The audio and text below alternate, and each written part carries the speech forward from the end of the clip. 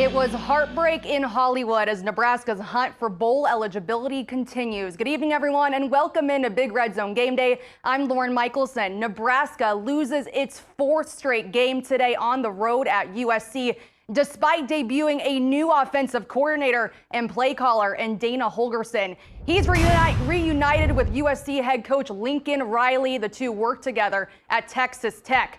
First quarter, welcome back to Hollywood. Sierra Wright, the USC transfer, picks off his old team, returns it 45 yards. The pick six puts Nebraska on the board for 7-0.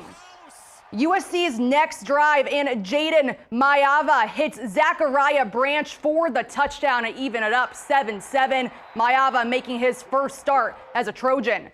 Second quarter still tied at 7. Maiava this time lets it fly through the hands of Malcolm Hartzog and to Kyron Hudson for the score. USC takes the lead 14-7. Nebraska's ensuing drive, Dylan Raiola slings it to Emmett Johnson. He powers through for the score. Huskers send it to halftime, 14 apiece. Third quarter now, USC's Maiava to a wide open Deuce Robinson, good for 48 yards and the touchdown. The Trojans take a 21-17 lead. Later in the third quarter, this time Maiava is scrambling. Ty Robinson forces the fumble and Makai Bayer recovers it. He's brought down to the Huskers 16 as they settle for another field goal, down one now, 21-20. In the fourth quarter, Maiava yet again tosses it to Woody Marks. He takes it 34 yards down the sideline.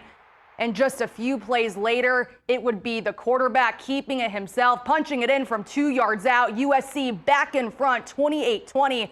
With 5 seconds left in the game, final nail in the coffin. Raiola is picked off by Greedy Vance Jr. Nebraska loses 28-20.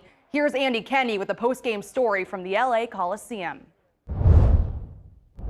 Well, in a city known for its bright lights and storytelling on the silver screen, this one had all the makings of a great redemption story for the Nebraska Cornhuskers, but in the end, it's the same old movie as the Huskers fall in another one-score game, losing to USC 28-20 here at the LA Coliseum.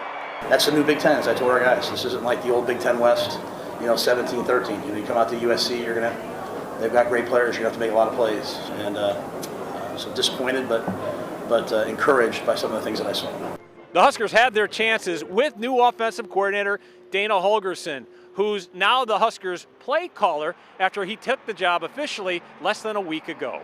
We had a simple game plan coming in. Everybody knew their assignment. We just went out there and executed. Most importantly, he came in and just told us to play free. Things were kind of simplified for us a little bit so we could play faster and play more free. There's a lot more work to do. There's a lot more, growth. That's hard to say with 2 games left, obviously, right? But if you look at it in terms of the global move, bringing him in, I just think it's really encouraged by that. On homecoming weekend here in LA, it was a homecoming for Sierra Wright, who spent 3 seasons with the Trojans of USC. And he had a big game, a pick six in the first quarter and a crucial blocked field goal late in the game. It's crazy. It's really a full circle moment for me. Unfortunately we didn't get the win, but just being able to play here again and give it my all is just a blessing, and I'm just so thankful for that opportunity. And like so many times before this, the Huskers had a chance with the ball to tie the game. Instead, an interception ends it in the end zone. I was just trying to give Jamal a shot at going to get it. I thought I saw a lot of cloth, but we're not here to complain and blame the officials. So we got to do a better job of like I said earlier in the game, not leaving it up to that situation at the end. So it's another one-score loss, making Matt Rhule 2-9 in one-score games at Nebraska. Rhule also 0-8 in games that his team could clinch bowl eligibility. The Huskers will try to get that elusive 6th win next Saturday when they host Wisconsin. At the LA Coliseum in Los Angeles, Andy Kenney, KETV, Newswatch 7 Sports. Andy, thanks. Okay, by the numbers time, USC threw for over 250 yards today. Nebraska just 191 through the air. On the ground, 119 rushing yards for the Huskers compared to 182 for the Trojans. similar third down efficiency and time of possession. And as Andy mentioned, our game breakers tonight go to Nebraska cornerback Ciar Wright. He a bright spot today for the Huskers. He's a USC transfer, Los Angeles native. The blocked field goal, of course. He also had 4 tackles, and you can't forget his first pick 6. Now let's head back out to LA. Andy Kendies with Sean Callahan with their extra point from the Coliseum. Well, Sean, new offensive coordinator, but really in the end the same result. What did you think of the new offensive approach for Nebraska? I thought there were some new wrinkles and things they did, especially that maybe got the running game going.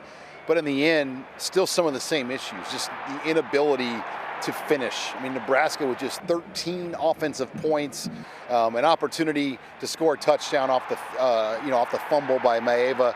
I mean, there are just some moments like that if you're going to win on the road as an underdog, and Nebraska was an underdog, you got to make a play like that. Losing streak's now 4. How does Matt Rule keep these guys positive? You knew this was going to be a tough game. I mean, going into it, USC is hungry. They were down about their season.